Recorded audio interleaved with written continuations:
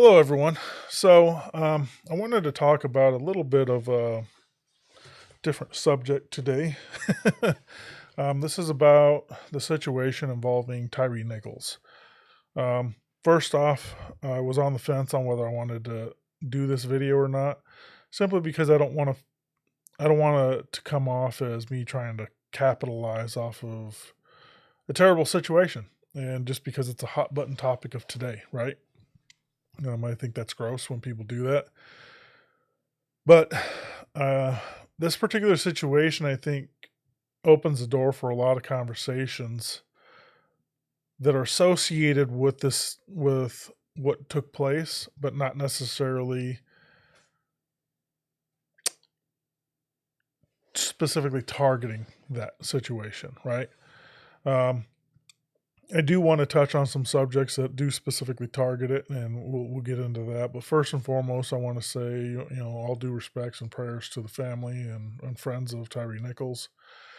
Quite frankly, I'm going to just say this: what took place was bullshit, right?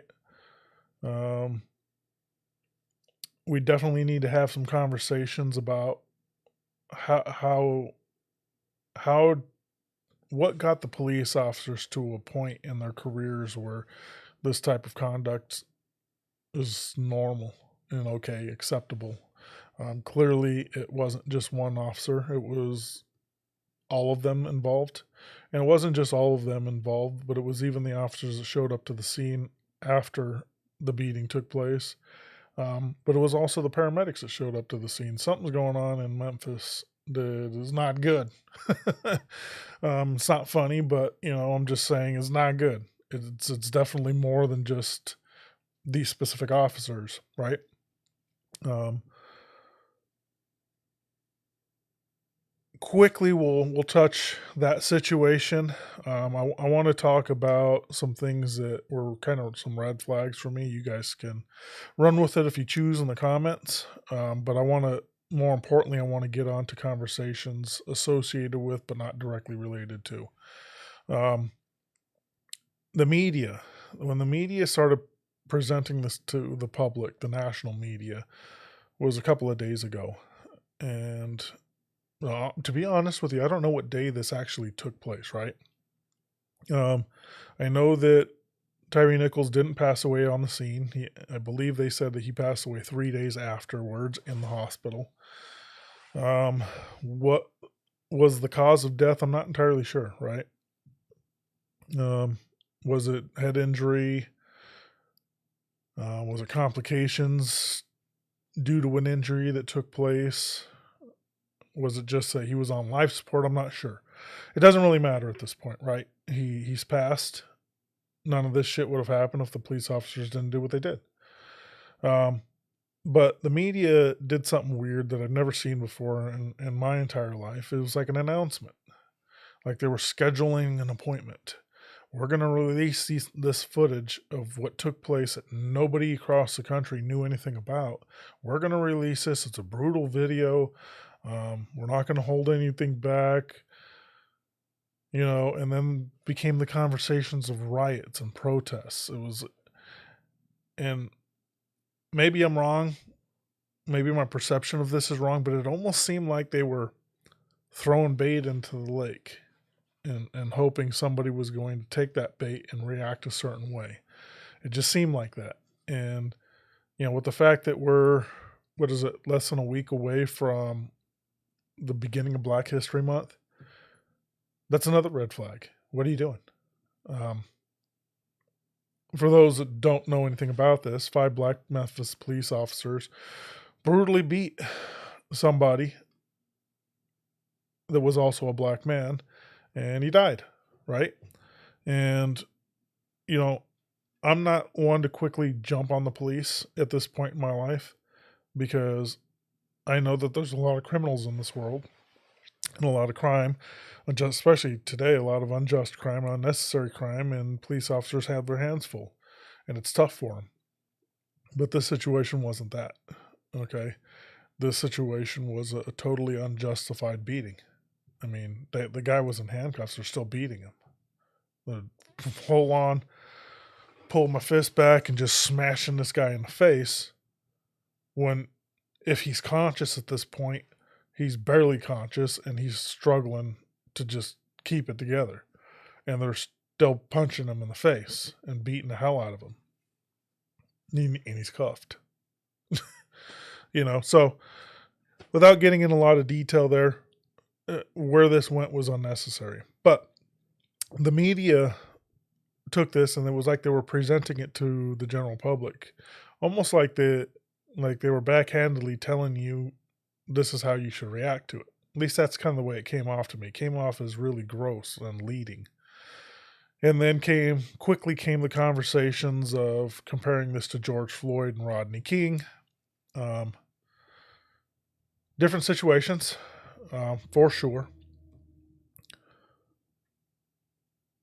The situation with Rodney King, I was really young when that happened, right? Rodney King was a drunk. I believe he was drunk and under the influence of drugs. I'm not 100% sure. Does that justify the beating? No. But what it does do is explains elevated force by a police officer and why a police officer would take it upon himself to get a little bit more aggressive with somebody that they're detaining, right? If somebody is physically resisting and fighting back, humans have a natural instinct to try to one-up that person. And they also have a natural instinct to let their emotions get the better of themselves, right? Does it justify the action? No, but it explains how it went from here to here, right? From here to here. I don't believe this situation is that. And maybe I'm wrong. I'll wait for the evidence to come out, but I don't believe this situation is that. I believe this situation is very different, and this is why I wanted to talk about this. They compared it to George Floyd. Totally different situation. 100% not even in the same category as far as the same situation. People still don't like that I say this, but George Floyd died of a fentanyl overdose that was exacerbated by the chaos that was ensuing during his arrest and them detaining him and the anxiety that takes place. And this is a very common problem. You could say that he died of asphyxiation, but if you listen to the coroner reports and things like that, they definitely say he was on fentanyl, and they said he died of a heart attack. You could say it was a blood choke, but I disagree with you. I just do. And there's been enough people who have passed away from heart attacks in recent years that have been on fentanyl to say, hey, this is a very real possibility, right? But it doesn't really matter why George Floyd died, because it was an abuse of force that took place by the one particular officer, and an unnecessary abuse of force. And what Derek Chauvin did was, it wasn't the fact that he kneeled on him, right? It was the fact that he allowed himself to get into a situation where they actually had George Floyd in the car. He got angry and decided to drag him out of the car and pin him down on the ground. And he's already elevated, right? He's already angry because of the resisting and the fighting, instead of just sitting in the fucking car while the cops sort out what was going on. So he's already elevated. Should he be a police officer if he has that issue? No. But he's already elevated. Now you have the crowd assembling and the crowd yelling things at him and saying things to him, and he's elevating even more, right? Now the level of arrogance and that elevation is kicking in. And basically, he allowed it to turn himself into a monster. And as a result, somebody's dead. And he should pay for it. Was it intentional homicide? I don't believe so. I believe it was a situation where somebody let his arrogance and his ego and his power get the best of him. And when the situation got bad, he was probably like, oh my God, this is not good. So for normal, rational-minded human beings, that try to put things in perspective versus getting into an argument, debate, you could ask them to acknowledge a point in their life where they've allowed their anger to get the best of them. And being a rational minded person like I perceive myself, I know that there's been many situations over the course of my lifetime where I've allowed my anger to get the best of me to the point where it could have easily been like that it went from everything is okay to now I'm in jail. Okay. A split second, anything. A bad decision. What if I got into a fight and I punched somebody, right? And I happen to connect just right where that person fell down and smashed his head on the concrete and now he's dead. That's what I'm talking about, right? I allowed my anger to get the best of me to the point where it's like I did something without fully understanding the scope of what actually could happen here. Or I allowed myself to get so angry that I just didn't care that there was going to be repercussions until I calmed down to the point where I realized I've made a very, very critical mistake. You know, I believe that's Derek Chauvin. 100%. Is this a character issue for him? Does it happen all the time? I don't know. I don't know the guy, right? Are people angry enough where they want to say that that's him? Sure, fine, whatever floats your boat, right? It doesn't make the situation any better to say that. But if we're trying to figure out why this stuff happens, you need to be able to take your emotions and put them in the back seat a little bit. Don't get angry and don't lose your cool and start getting irrational because bad shit happens, right? Derek Chauvin is an example of that. So don't do that, especially when you're trying to fix something, right? It's literally the same thing. You're getting irrational and you're not thinking and you're not having a rational conversation or a rational thought inside your head. You're angry, you're overreacting, and as a result, bad shit happens, even in your perception of what took place. So the situation that took place in Memphis is very different, in my opinion. And maybe as more reports come out about this case, maybe I'll feel differently down the road. But off of initial reaction to watching the videos that I've saw, it's a very different situation. And this is namely the reason why I wanted to have this conversation. I don't believe that these officers were in a situation of Rodney King or Derek Chauvin. I believe either one of two things took place here. Either the police force in that particular, jurisdiction, Memphis, whatever. I don't know if they're sheriff's officers, if they're with the sheriff's department, or if they're city police officers, or what exactly their position is. But either they have some sort of gang mentality, very similar to the stuff that was going on in New York City.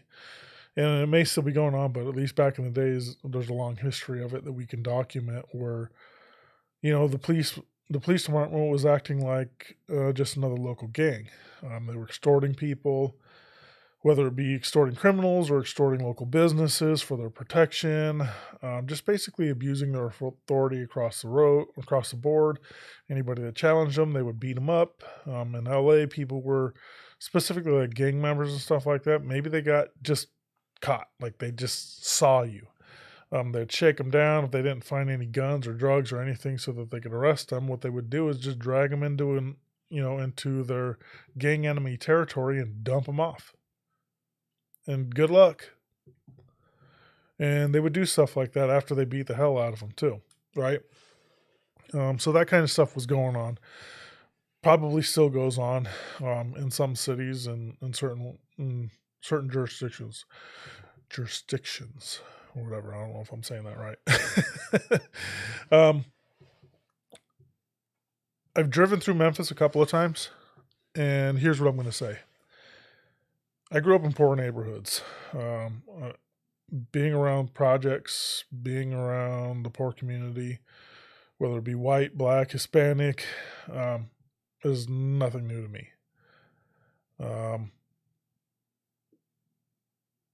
Being exposed to that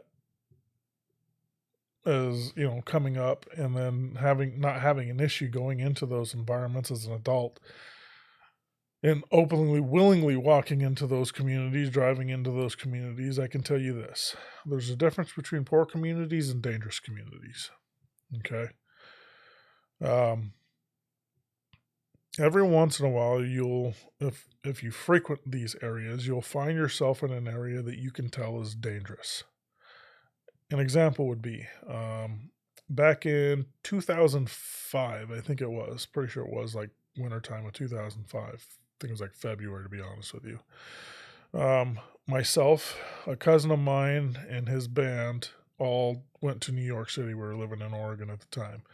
We all flew out to New York City. We are going to hit a bunch of venues, and then we're going to perform there, and then we're just getting some exposure and just travel time, tour time, whatever, right? At the time, I had a recording studio in my house in Oregon, and that's what we did. And we were at one particular venue that was basically about a block, maybe 2 blocks away from the Alphabet Projects, as they describe them. I don't 100% know why they call them the Alphabet Projects. I don't know if people still refer to them as the Alphabet Projects, but I think it's because the street names in that area are A, B, C, whatever. But I'd never been into a New York City project area before. We've driven through there, like kind of through the daytime and stuff like that, but definitely never been there in the middle of the night. Well, these guys were performing. I decided I was hungry. I didn't know, the bar that we were at didn't have any food, so I was going to go walk down to the McDonald's that happened to be directly across the street from the project housing. And if I would have known that, maybe I would have changed my mind. I rounded the corner, realized where I was at. McDonald's was right there. I was like, well, fine, whatever. And I went in. So I'm in there. I placed my order. Everything's fine while I'm in there for a little bit. And then, I don't know, it was like 4 or 5 guys, kids, come in that clearly from the project building across the street. And they immediately start harassing the people that work there. Whether they know them or not, I don't know. But they're harassing them. They're making their job difficult, right? One of the individuals decides he's going to walk over to the table that I'm sitting at and start mean mugging me and eyeballing me. He's basically challenging me without saying anything. He's 2 feet from me doing this. And I was faced with a situation where I have to ask myself, do I want to escalate this? I'm in one of those dangerous situations. This is going to go from 0 to 100 miles an hour in a heartbeat, depending on how I react. And I got to decide whether or not I'm ready to go 100 miles an hour or not right now. So, I didn't say nothing to him. I kind of glanced up at him, looked at him, made it known, I guess, without saying anything, that I'm not scared of him. Right? And just went about my business, finished my food, and then got up and walked out, and it didn't turn into anything. But the point is that threat was there. It was very real. The couple times that I've driven through Memphis, that was very apparent that that's a prevalent problem there. Okay? And it's not because that city is predominantly black. It's because clearly they have a very big issue with people in the community out there flexing on people like that and trying to intimidate and trying to establish some dominance over other people in the community, right? With that being said, let's have a conversation about poor people getting into positions of power. And this is the main reason I wanted to talk about this particular subject, not necessarily to chime in on what took place with Tyre Nichols. That was a tragedy. Those officers are being charged with second-degree murder. They're all arrested. They're all in jail, as far as I understand. And they're probably going to get convicted. Open and close to me, right? I don't really feel any need to continue to elaborate on that. They broke the law. They're going to go to jail. If they don't go to jail, then we can have more conversations about it. But what I want to have a conversation about is how this situation happened. Why did, from a people perspective, how did this happen? How did these people go from innocent children to police officers to beating a man so severely that he died 3 days later? How did that happen? Here's what I'm going to say. I've noticed over the years, especially being a minority, that people of oppressed societies, and I'm not going to say cultures because I don't believe it's a cultural issue unless you want to say that poverty is a culture, and I don't believe it is. Doesn't matter if it's white, Hispanic, black, Asian, doesn't matter what it is. In this country, with the people that I've encountered in life, when I've seen people that come from a lineage of oppression or poverty or just struggle, when one or two or more, maybe more, rise up out of that and they get into positions of power, especially positions of power within that community, you tend to start seeing things. And what you tend to start seeing is that I'll give you an example, right? Some person A decides that he's going to create an association or a program within the community that he or she is from that's designed to help the people of the community, whether it be, helping with housing, whether it be, helping get jobs or bringing in money to build playgrounds and things or resources for children so that they have things that, neighborhoods with money have or whatever it is. Person A gets into this position of power. They become a resource within the community, somebody that people start looking up to, somebody that the city and the state start recognizing, and they start to feel like I'm important, right? What I noticed is that a lot of times what happens is, not all, but a lot of times, you'll see people lose focus on what it is that they created that organization for, what it is that they joined that organization or that place of employment, what it is that they did that for. And it becomes more about self-preservation than anything. And what I mean by self-preservation is like, I'll compare it to my 2 new cats, or Bengal cats. They're a little different than regular house cats. They're super high active and a little bit of, I don't want to say wild, but just kind of different behavioral traits that is not super common within house cats, right? So these guys, they'll find something, whether it be like a toy or piece of paper on the floor, and they'll start growling like a wild animal. They'll start growling. This is mine. Stay away from it. And it's very telling, right? So the other cat, when one of them will do that, will just back down. I think when people of oppressed societies, especially when it's been generational, start to rise up, that you have that problem. They start growling. They start trying to protect what it is that they created, their growth, their status, and they tend to lose track of why they're there. Whether it be somebody who becomes a police officer. I got to imagine that there's very few people that become police officers with the intention on wanting to beat the shit out of somebody in the street to the point where he dies. I got to imagine that is less than a 1% thing for people as they become recruits into the police department, right? So for you to have 5 of them all in the same area doing it, how did that happen? Was this because Memphis is a place that has been historically oppressed, the black people within and the South, that area?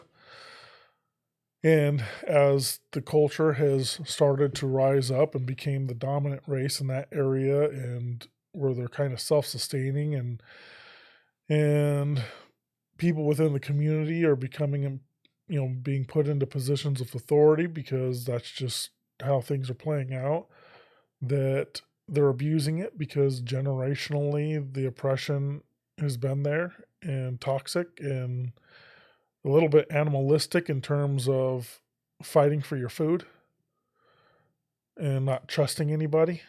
I mean, is that what it is? Is it a means of establishing dominance over the situation?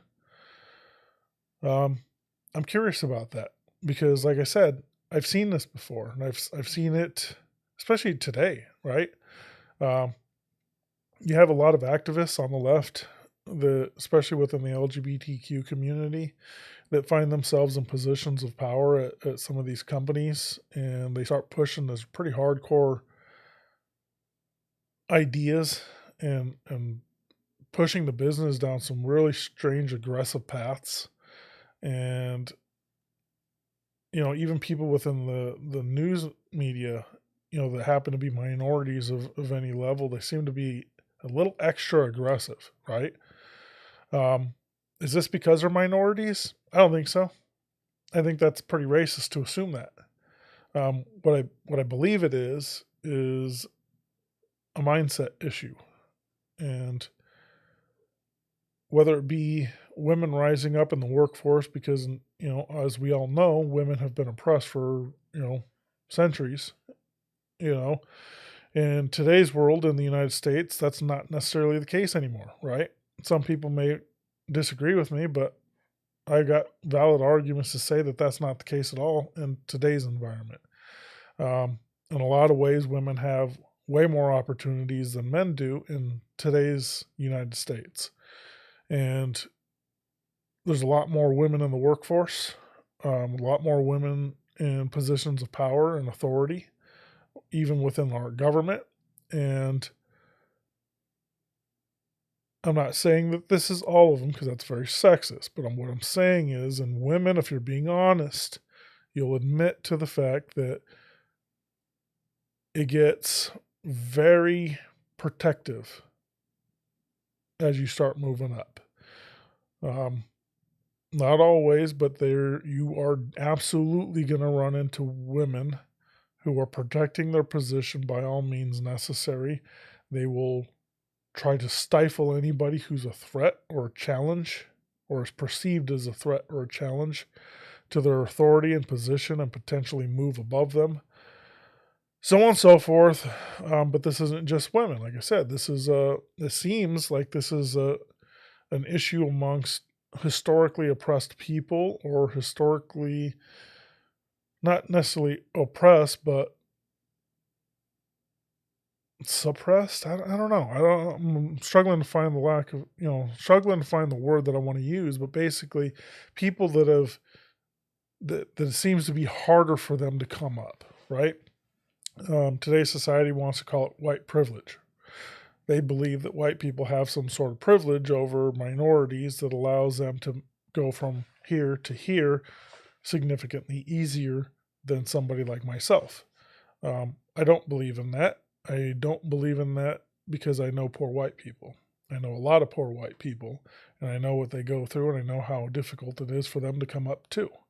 What we have is generational wealth and generational upper middle class, generational middle class, and we have generational poverty. And in generational poverty, we have a situation where families and community are extremely toxic. And it is very difficult to get a child from point A to point B as an adult, where they're a successful adult, because of all the activity that's happening around them that steers them in a different path. For instance, very successful black people that grew up in poverty. It is very rare that those people are going to allow their children to go to inner city schools. They protect their children from the environment that they grew up in. Why? Because they know how toxic it is. If we're being honest, that's what it is, right? Um, it's not because they're black, it's just that environment. They protect them from it, as I would, as you would, right? What happens in these poor communities, regardless of, what's the dominant race in that community, is that you have parents teaching their kids some very toxic behavior, whether it be domestic violence, whether it be gang activity, drug use, alcoholism, hustling the system, ways of finding money and resources that don't involve hard work and effort. um, Not pushing them to speak like an educated human being, um, teaching them that they should react violently or physically without any questioning of their thought process, and just basically responding based off of instant emotions and doing things that are detrimental to them and their growth as a person. All of those things. It could be parents, it could be their brothers or sisters, it could be their uncles, it could be their neighbor, it could be just the other kids that they're going to school with. It's a very real problem, right? So if you have decades and decades and decades and decades and generation of this taking place in specific communities, this becomes a very serious problem. And in communities like Memphis, I would venture to say, and if I'm wrong, please correct me, but I would venture to say that this is probably a very real issue there. Growing up in the southwest part of this country, I didn't deal with a lot of heavily black communities. I dealt with heavily Hispanic communities, whether they be poverty or middle class. I never really hung around a lot of rich people in Arizona as a child. This was an issue there too. It definitely was an issue there too. I don't think it was an extreme issue, simply because a lot of Hispanic people are very religious. They're very family oriented, but that doesn't mean that there's not situations of child abuse, spousal abuse, gang activity, selling drugs, the use of drugs, all that kind of stuff. I don't know if I said alcoholism, all these toxic things that happen and that are very prevalent in poor communities. That doesn't mean they didn't exist there, and that doesn't mean that they weren't influential on children as they were coming up, because they are. They definitely are. The behavior is not cultural; it's taught.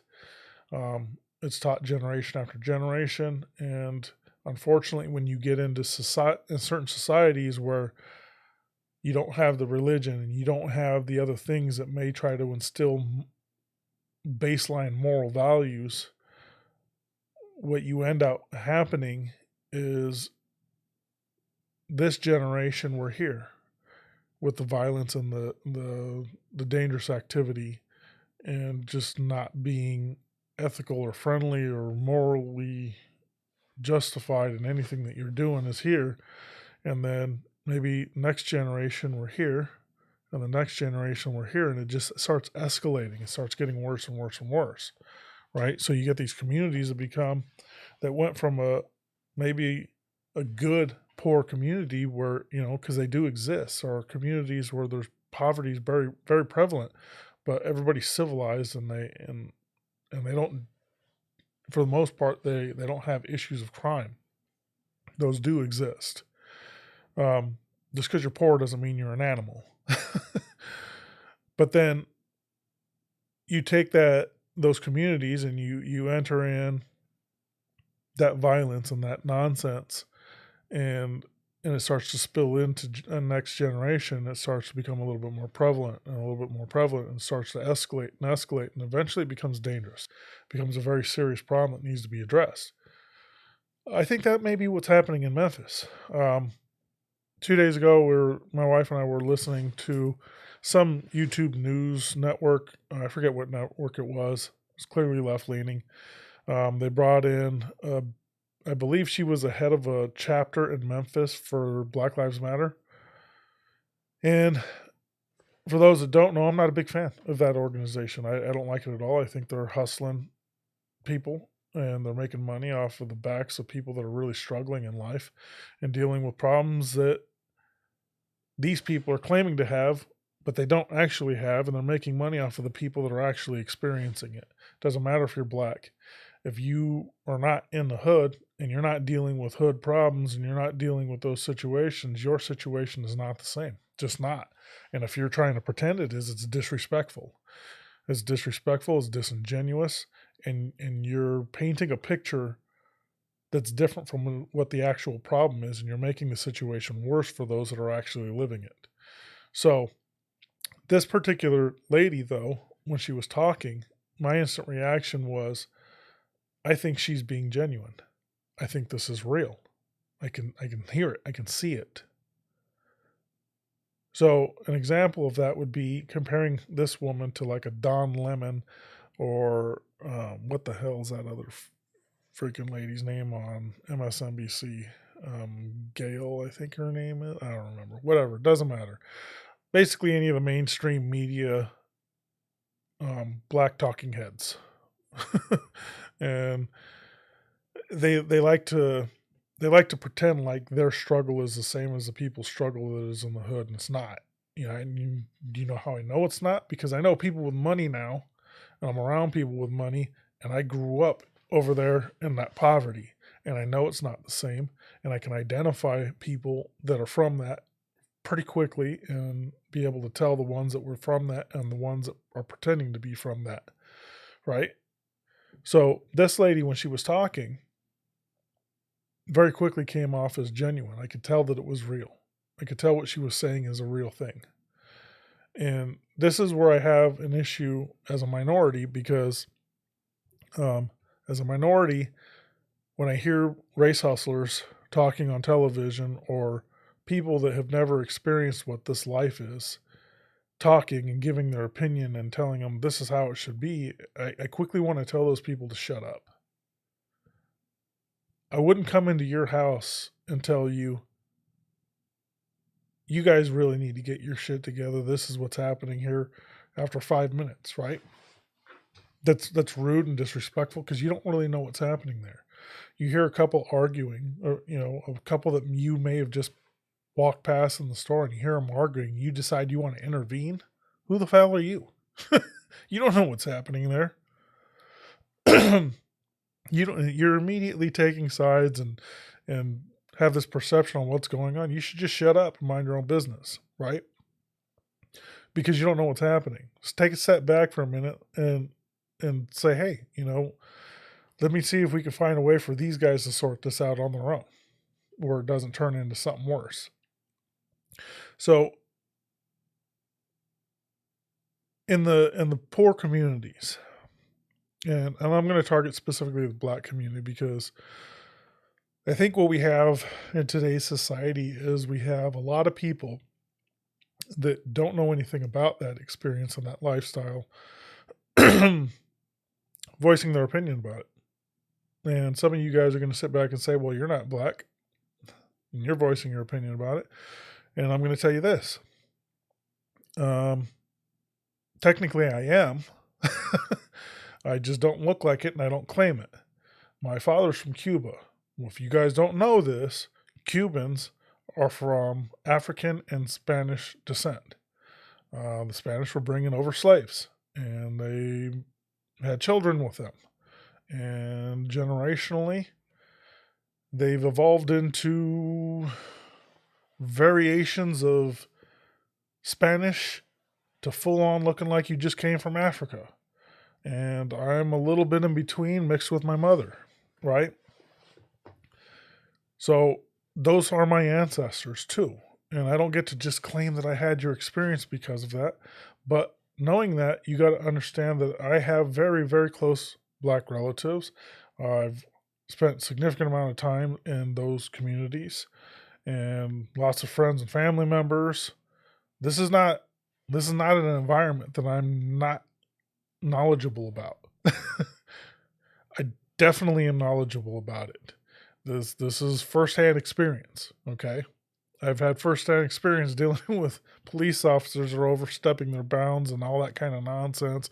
Firsthand experience seeing up close and personal gang activity and having to be forced into those conflicts and issues, whether it be by accident or because some people that I'm around that are heavily involved in it.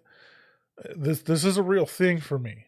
Being poor, understanding what it's like to sit in the welfare line for 5 fucking hours for you to get to the front, and the person treat you like, how dare you bring complicated work to me? You don't have this, and you need to come back tomorrow, without caring that I don't have food for tomorrow, or whatever. I know what that is.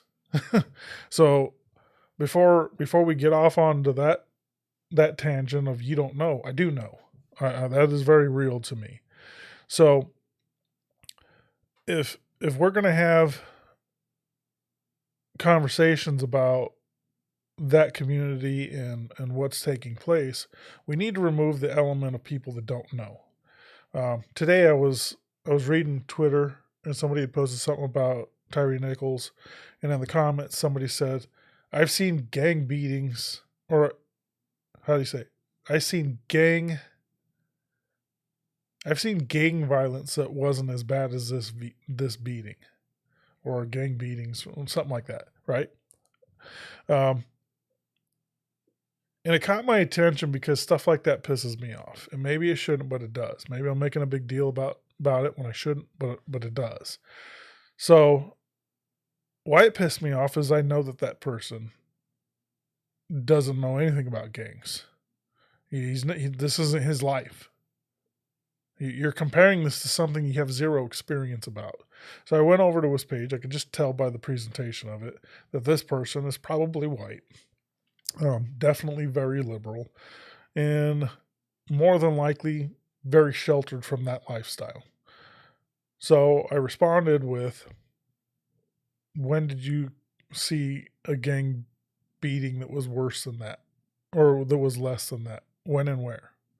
And the person got very defensive and responded multiple times with saying, "Oh, I've never actually seen it, but that doesn't mean that I don't know brutality," and and started doing a lot of backpedaling. And I was like, well, first off, I'm not trying to justify what the police officers did, but I don't think that you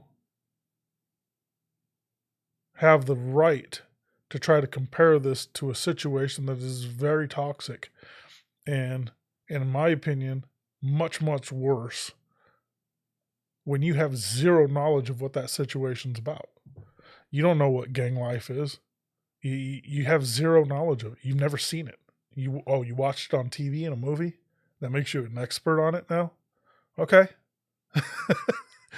So, that kind of stuff bothers me, because I think those people should need to zip it up and take a step back and say, hey, you guys have an issue over here that you need to fix, but I don't have enough knowledge or experience to intervene. If you guys need some help, I'm willing to help with whatever resources I have available, because I want to help you and I care about you guys and I don't want to see this continue to be a problem. But you guys got to sort this out, because I don't know what's happening. I don't know what this is. I just know it's not good. Those people don't know how to just do that. They don't know how to step back. And see, what's interesting to me is like the black community, and I don't want to say the black community because it's not the black community, but I'm going to say the youth, very vocal youth of the black community, specifically the ones that are not committing crimes. They tend to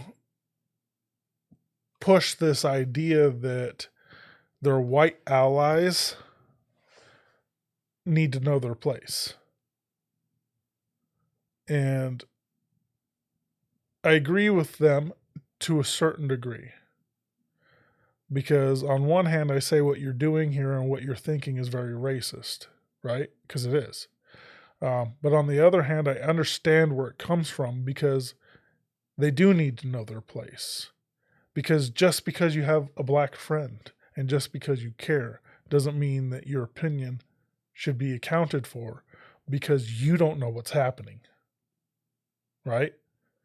Your white guilt doesn't grant you the opportunity to intervene in a problem that you can't fix because you don't know what the problem is.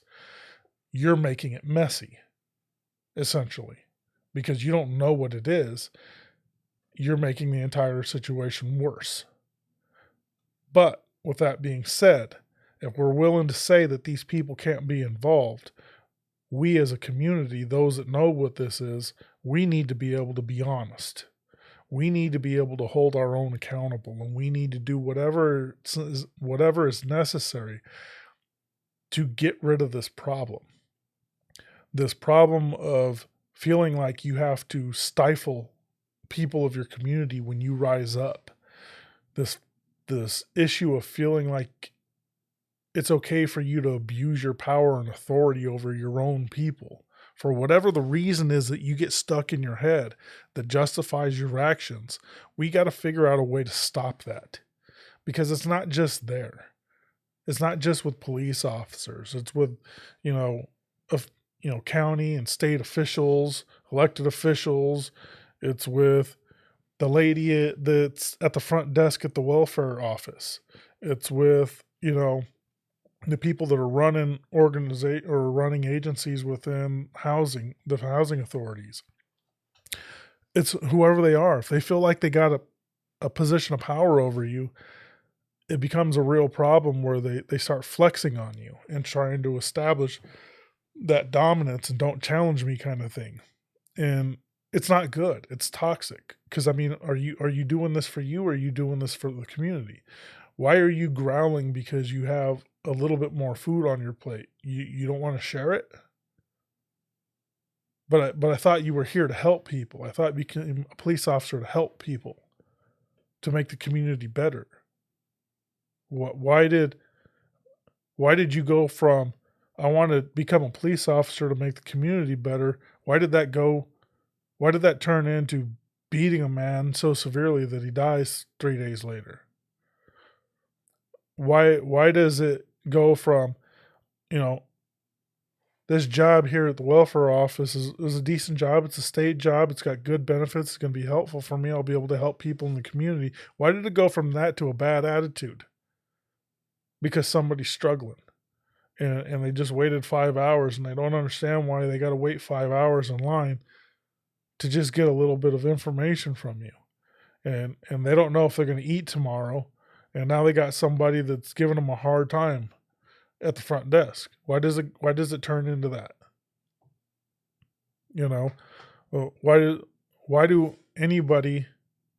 Why does anybody find themselves in a situation where they're being nasty towards the people that they're supposed to be helping? Towards their own people. Why is it when somebody in your family starts coming up and they get a good job and they start doing well for themselves, do they feel like they need to flaunt in front of the rest of them? And why do the other ones feel like they need to hate on them because they're doing good? It's a very toxic issue. I'll say this to end the conversation. This is such a big problem that people don't even notice how big of a problem it is. An easy identifier to show you how significant this problem is boils down to the clothes that people wear, the way they wear their hair, the cars they drive, so on and so forth. In poor communities, it is so important to flex over somebody else that they don't invest their money, that they don't do things that are productive for their own growth. They want the instant gratification of, look at me. I'm doing good for myself. I got a nice car. I've got this or I got that. And they start flexing, right? Immediately. Never mind that it's going to go into repo or that you won't be able to afford to do whatever with it, fix it, repair it, Never mind that you may not get another pair of Jordans for God knows how long, maybe till next tax season. You know, that doesn't matter because the instant gratification is there, right? Never mind that you may get shot and killed because you're involved in gangs or hustling dope, or that you're going to go to jail for the rest of your fucking life for some criminal activity that you're involved in, or spend a significant amount of your life in prison, in and out of prison, because you don't know any other way of coming up quickly, right? That's how prevalent this is. This is not a cultural issue. This is a moral issue. And somewhere along the line, suppressed, oppressed, or just people that are generationally struggling, I guess is the best way to describe this, have had issues with rising up. The rise becomes very toxic in a lot of cases, not always, but in a lot of cases it becomes very toxic. And it turns into something it shouldn't, because there's no self-accountability or no emphasis on checking yourself and saying, what are you doing? You're letting this go to your head. You're letting your power go to your head. You're letting these people that want to rise up too, you're letting the threat of them rising above you become an issue for you when it shouldn't.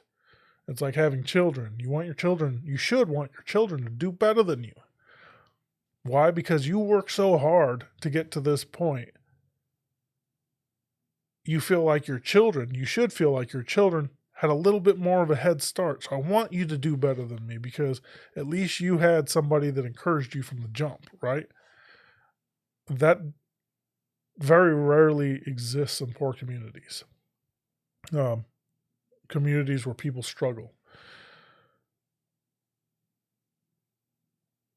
And yeah, I think that's what's happening in Memphis.